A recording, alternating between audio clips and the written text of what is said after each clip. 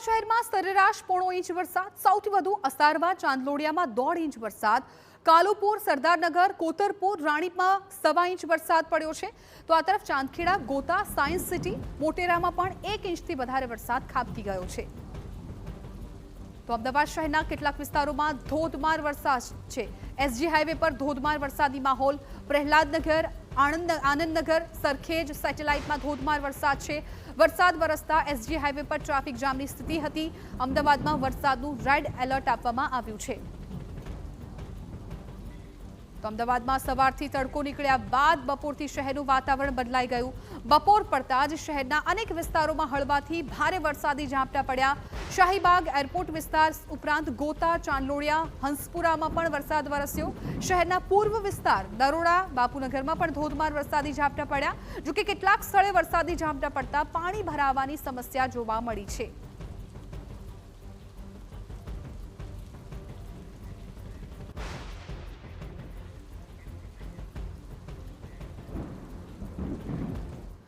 તો અમારા સંવાદદાતા રોનક વર્મા વધુ જાણકારી આપી રહ્યા છે, અમારી સાથે લાઈવ જોડાઈ ગયા છે.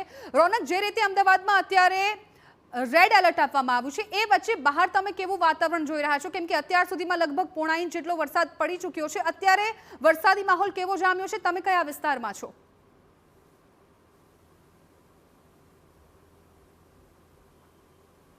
જી બિલકુલથી જિજ્ઞાસા, જે પ્રકારે હવામાન વિભાગ દ્વારા આગાહી કરવામાં આવી હતી, આજે અને આવતીકાલે અમદાવાદ શહેરની જો વાત કરવામાં આવે તો રેડ એલર્ટ છે તે ઇસ્યુ કરવામાં આવ્યું છે. જે પ્રકારે TV9 સતત અહેવાલ દર્શાવી રહ્યું છે અને જે પ્રકારે હવામાન વિભાગ સિવાય પણ જે નિષ્ણાતો છે તેમના દ્વારા સમગ્ર ગુજરાત રાજ્યમાં જે હવામાનને લઈને આગાહી વ્યક્ત કરવામાં આવી હતી. આજ સવારથી જે પ્રકારે અમદાવાદવાસીઓ અમદાવાદમાં જે વરસાદ છે તેની રાહ જોતા હતા, પરંતુ વહેલી સવારથી જે પ્રકારે તડકો છે તે નીકળ્યો હતો, ત્યારબાદ બપોરથી જે વાતાવરણ પલટાયું અને જે વરસાદ છે તેના છૂટાછવાયા 1-2 સ્પેલ આવ્યા અને આ 1-2 સ્પેલમાં જ જે અમદાવાદ શહેરના અનેક વિસ્તારોમાં પાણી ભરાવાની સમસ્યાઓ છે તે સામે આવી હતી.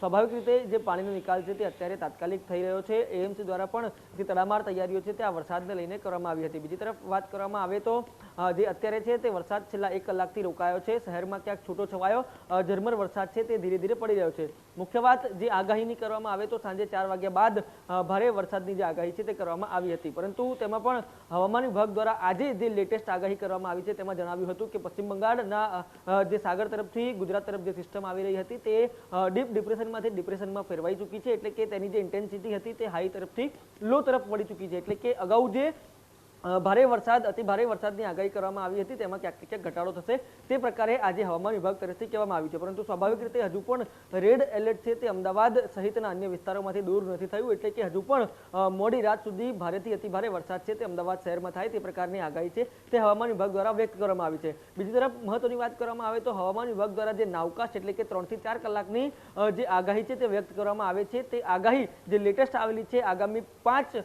વાગ્યા સુધીમાં, એટલે કે 1 કલાકનો સમયગાળો તેમાં બાકી છે. તેમાં પણ અમદાવાદ સહિત અનેક જે ભાગો છે, લગભગ ગુજરાત રાજ્યના 15 જિલ્લા એવા છે જેમાં રેડ એલર્ટ છે તે આપવામાં આવ્યું છે. એટલે કે હજુ પણ જે વરસાદી આફતનો ખતરો છે તે અમદાવાદ સહિત અનેક જિલ્લાઓમાં તોળાઈ રહ્યો છે. આ તમામ બાબતો વચ્ચે તંત્ર છે તે પણ હાલ તો એલર્ટ જોવા મળી રહ્યું છે. જે પ્રકારે 23 તારીખનો વરસાદ હતો અને 23 તારીખે જે પ્રકારે અમદાવાદવાસીઓ હેરાન થયા હતા તેના ઉપરથી ક્યાંક ને ક્યાંક સીક લઈને જે અનેક કેચપીટો સાફ કરવાથી લઈને વાસણા બેરેજના તમામ દરવાજાઓ છે તે અત્યારે ખોલેલા જોવા મળે છે. ત્યારે હવે જોવાનું એ રહેશે કે સાંજ સુધીમાં અતિ ભારે વરસાદ થાય છે ત્યારે કયા પ્રકારની પરિસ્થિતિનું સર્જન થાય છે.